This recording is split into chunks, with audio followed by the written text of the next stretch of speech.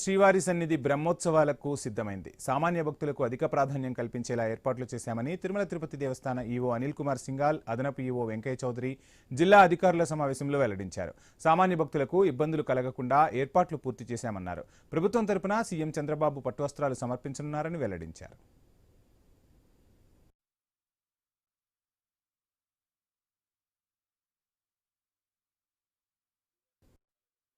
25 బ్రహ్మోత్సవాలు సీనియర్ అధికారులందరూ కూడా ఈ బ్రహ్మోత్సవాలు చాలా పకడ్బందీగా సజావుగా నిర్వహించడానికి ఏర్పాట్లన్నీ పూర్తి అయినని చెప్పేసి దీంట్లో తెలియజేయడం జరిగింది. స్వామివారి వాహన సేవ టైమింగ్స్ మీరు అందరికీ తెలిసిందే.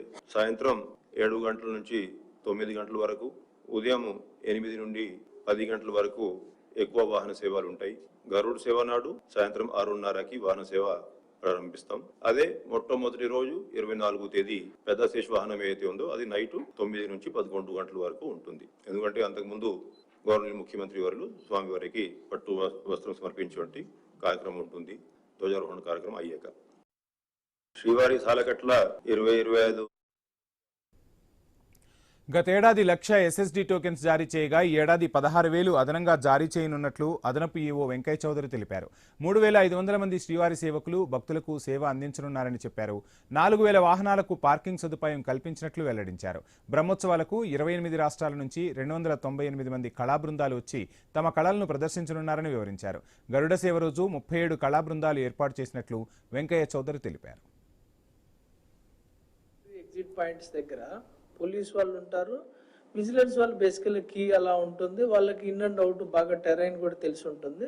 మనకి టీటీడీ తరఫున కూడా ఒక ఎంప్లాయీని వేస్తాం. ఆల్ ఇంపార్టెంట్ ప్లేసెస్లో 3 ఉంటారు. 3లో ఉండేటప్పుడు ఖచ్చితంగా గుర్తుపడతారు. గుర్తుపట్టడానికి పోలీస్ వాళ్ళు బయట నుంచి వచ్చినప్పుడు కొంతసారి గుర్తుపట్టలేరు, కానీ విజిలెన్స్ వాళ్ళు మన టీటీడీ వాళ్ళు వాళ్ళిద్దరు ఇక్కడ ఏం జరిగే, ఏ వెహికల్ ఎట్లా వెళ్ళేది, ఎట్లా వస్తుంది, ఏ క్యూ లైన్ ఎలా వెళ్తుంది, ఏ గేట్లో నుంచి బయటకు వెళ్తారు, ఏ గేట్లో నుంచి ఇన్ని వస్తారు అనేది వీళ్ళకి ఖచ్చితంగా పూర్తిగా అవగాహన ఉంది. కాబట్టి ఆ సమస్య అసలు రాదు ఈసారి.